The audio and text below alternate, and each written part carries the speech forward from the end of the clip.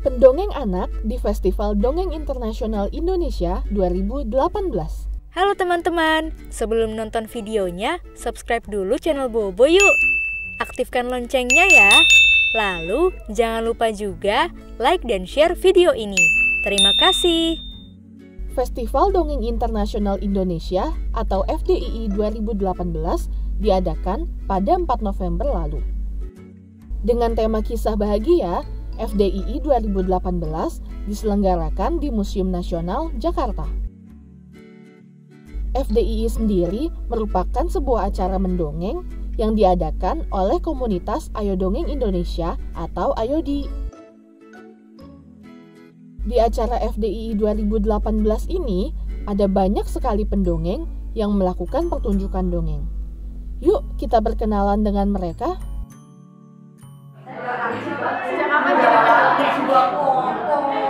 Kita udah senang mendongeng dari kecil, mendengarkan dongeng sejak awal. Kemudian mulai mendongeng di depan umur 9 tahun. Hingga kemudian memutuskan untuk fokus di dunia storytelling itu lulus SMA sih, kira-kira. Kenapa bisa menjadi pendongeng? Kenapa tidak? Karena ada kebahagiaan, ada perasaan yang berbeda ketika mendongeng. Saya merasa ketika saya pribadi fokus di dunia yang walaupun jarang dilalui orang, tapi ketika kita fokus, maka kita akan mendapatkan karir path atau jalan baik sekali untuk karir melalui storytelling. Yang salah satu manfaat dari mendengarkan dongeng adalah anak-anak akan suka. Jadi saya pernah melakukan riset dari kecilan, anak-anak itu hampir semuanya suka ketika didongengin. Otomatis ketika mereka suka, mereka akan bahagia. Jadi kita mendongeng pun, apapun isinya, akan membawa kebahagiaan yang anak yang mendengarkannya. Hari ini kami ada 2 dongeng. Pertama adalah yang terdampar. Ya, pria yang terdampar di pulau tak berpenghuni. Betul. Gitu. Yang kedua adalah kura-kura yang ingin terbang.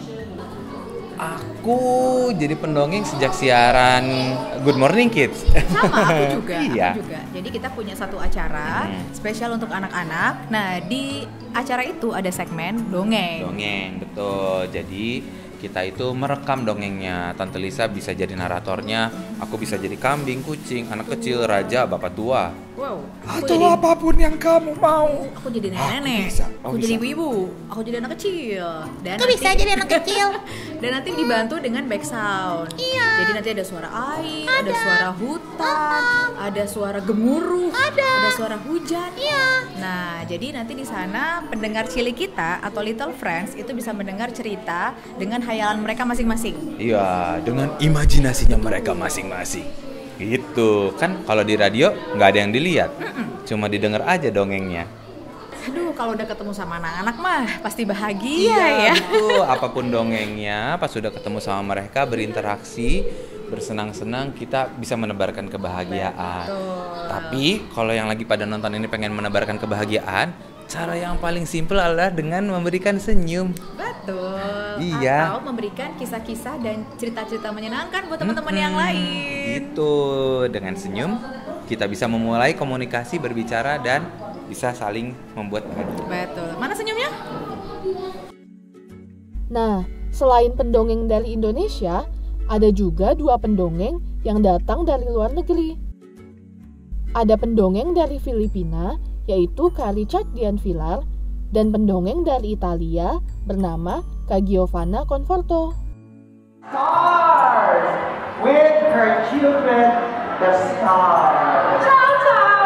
Ciao, ciao. Oh, sole mia.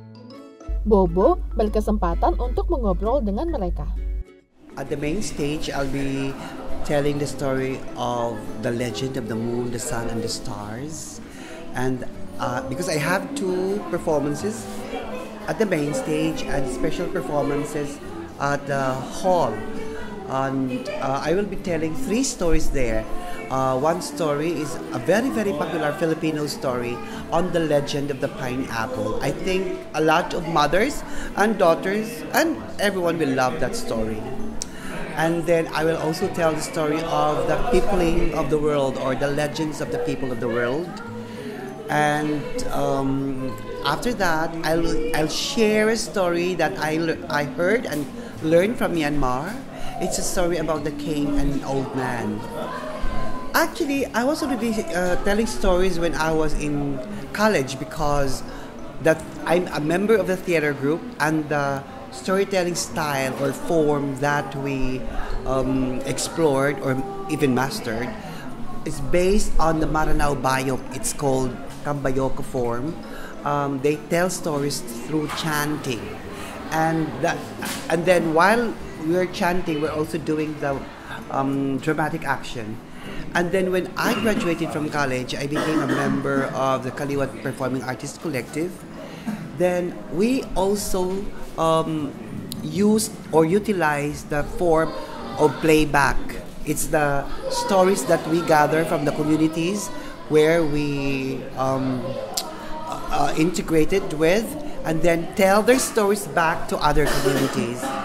I have told stories about the Italian tradition. I have chose shorter stories because there were some children in the audience who were very, very small. And when you have mixed audience, it's better to have simpler stories. And we also played some traditional Italian and European games, little games for the children. I became a performative storyteller in 2003, because that's when I started performing. But I've been a storyteller for 10 years before, because I used to work with children and young people with vulnerable families and special needs. I think storytelling overall is happiness. So if you tell stories, there's always happiness about. I've chosen specifically some stories about food, because in the Italian tradition, sharing food is a way of sharing happiness. Preparing food is still an important part of the Italian life. Nah, teman-teman, itulah beberapa pendongeng hebat yang datang ke Festival Dongeng Internasional Indonesia 2018.